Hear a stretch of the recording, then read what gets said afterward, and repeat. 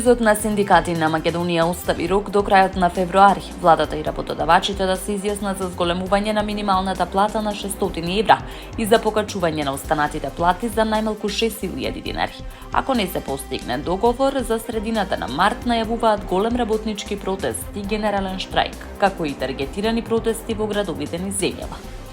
На денешниот протест и блокада пред владата трет во низата по претходните активности пред Собранието и Стопанската комора. Председателот на ССМ Слободан Трендафилов истакна дека работниците се на улица, бидејќи досега аргументите за покачување на платите не биле прифатени, а законот за јавни собири предвидува дека 21 човек е доволно за да им прави проблем на функционерите и газдите. Трендафилов нагласи дека секоја компанија што се затвора се заменува со две нови. Бројот на вработени се зголемил, а работниците им создаваат капитал на газдите и на државата. Главниот изговор против зголемувањето продуктивноста на работниците според него не е релевантен, бидејќи само 17% од генерираниот приход одбива за плата, додека државата располага со средства кои не се правилно распоредени.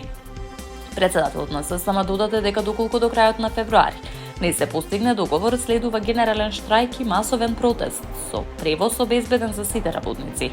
ССМ истакна дека синдикалната минимална кошница во последните 24 месеци се зголемила за 9.250 динари, додека минималната плата е само усогласувана согласно законските одредби, без реално покачување што ја засилува потребата од итен диалог и покачување на платите.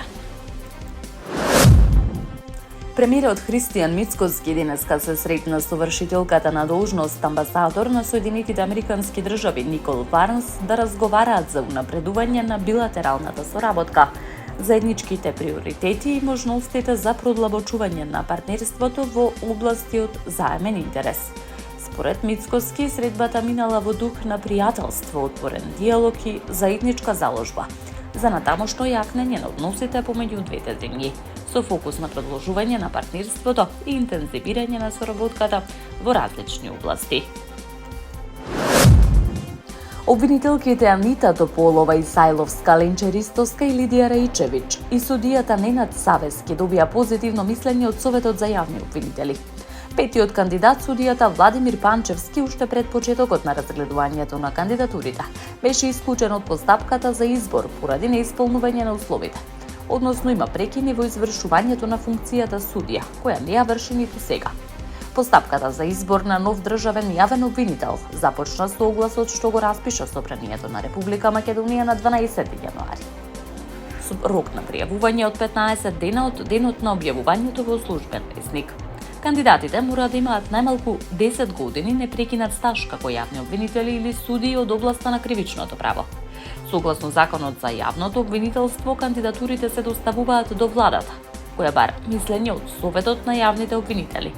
Советот има рок од 15 дена да достави образложени мислења. Доколку не даде позитивно мислење за ниеден кандидат, владата не може да утврди предлог и му предлага на Собранието распишување нов оглас. За избор на нов државен јавен обвинител се потребни најмалку 61 глас од пратениците. Израел објави дека ќе даде на палестинската група Хамас ултиматум од 60 дена за разоружување, со закана дека војната ќе продолжи доколку барањето не биде исполнето. Секретарот на израелската влада Јоси Фукс изјави дека рокот го побарала американската администрација и дека ултиматумот би можел да започне со состанокот на одборот за мир на американскиот претседател Доналд Трамп на 19 февруари.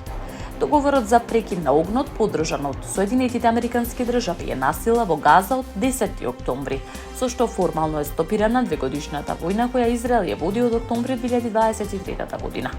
Во тој период повеќе од 72.000 лица, претежно жени и деца, загинаа, повеќе од 171.000 беа повредени. Постапувањето на прекинот на огнот, израелските сили продолжиле со напади, при што загинаа 603 палестинци, а 1618 се повредени, според податоците на Министерството за здравство на Газа. Втората фаза од договорот, започната кон средината на јануари, се однесува на разоружување на Хамас и другите палестински фракции. Хамас сепак ги отворила повиците за предавање на оружјето. предлагајќи наместо тоа да се складира или замрзне, истакнувајќи дека оружјето е дел од движењето на отпор против Израел, кој според Обединетите нации се смета за окупаторска сила на палестинските територии. Во дипломатскиот кварт Сибони во Хавана, амбасадорите на земјите традиционално сојузнички со Соединетите Американски држави изразуваат растечко разочарување од обидите на Вашингтон да ја собори кубанската влада. Островот е во длабока економска и социјална криза со последици од 4-годишен економски пад, хиперинфлација и емиграција на околу 20% од населението, додека 67-годишната комунистичка власт е на најслаби нозе досега. По успешната воена операција на САД против Венецуела на почетокот на јануари, администрацијата на Доналд Трамп продолжува со активни обиди за промена на режимот во Куба.